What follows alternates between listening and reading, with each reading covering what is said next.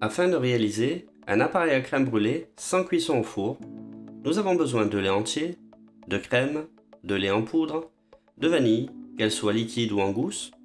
Nous avons besoin également de jaune d'œuf, de sucre semoule et de pectine à nâche. Prélevez les graines de la gousse de vanille et les intégrer dans le lait avec la gousse qui diffusera son parfum. Ajoutez le lait en poudre et la crème.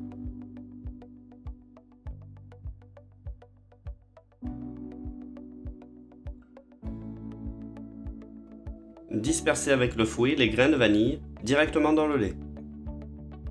La poudre de lait n'est pas obligatoire, mais elle renforcera le côté lacté au sein de la crème brûlée et apportera plus de gourmandise.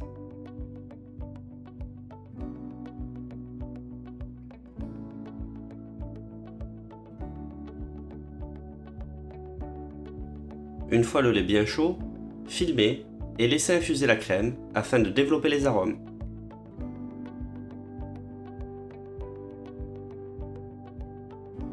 Une fois le lait infusé, défilmez et retirez la gousse de vanille. Mélangez le sucre semoule et la pectine à nâche.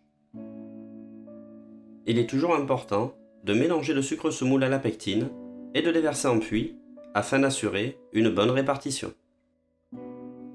Portez le tout à ébullition et cuire environ 1 minute pour activer la gélification. La pectine à nâche est considérée comme un épaississant d'origine végétale qui va donner une certaine consistance un peu plus épaisse. La présence de pectine à nâche va permettre de créer un épaississement du lait et de la crème qui restituera après refroidissement une texture quasi identique à la crème brûlée sans passer par l'étape de cuisson au four.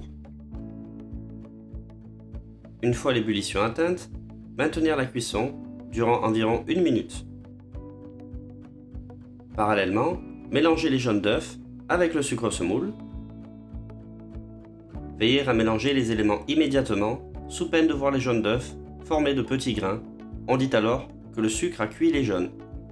Plus précisément, le sucre en contact avec les phospholipides contenus dans les jaunes d'œufs provoque une réaction qui génère de la chaleur et suffit pour provoquer une petite coagulation. Versez le lait infusé sur les jaunes. Veillez à mélanger convenablement sans trop générer de mousse. Au niveau HACCP et plus généralement de l'hygiène, il est important de maîtriser le protocole.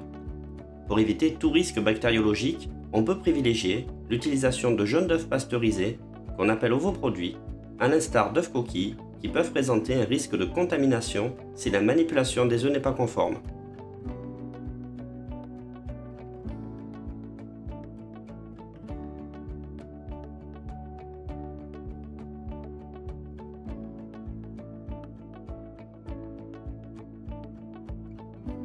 Une fois l'appareil bien mélangé, remplir les récipients à crème brûlée, qu'on nomme les coupelles catalanes, quasiment à hauteur. Laissez refroidir en cellule de refroidissement jusqu'à tiédissement ou jusqu'à ce qu'elles soient froides, en fonction de la température à laquelle vous désirez les servir ou les déguster. Saupoudrez légèrement de cassonade en veillant à ne pas en mettre sur les parois. Caramélisez avec le chalumeau ou à l'aide d'un fer.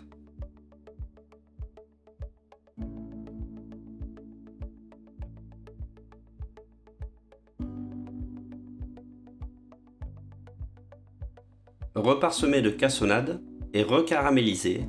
En effet, 2 couches génèrent plus de craquant, plus de contraste.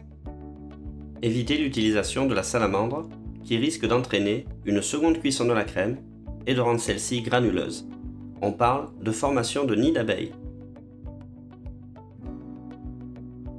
Servir la crème tiède ou froide, juste caramélisée, afin d'avoir un beau jeu de texture et de contraste. La crème brûlée se consomme préférentiellement tiède, ce qui permet de rehausser toutes les saveurs perçues en bouche. Veillez à ne pas caraméliser trop à l'avance.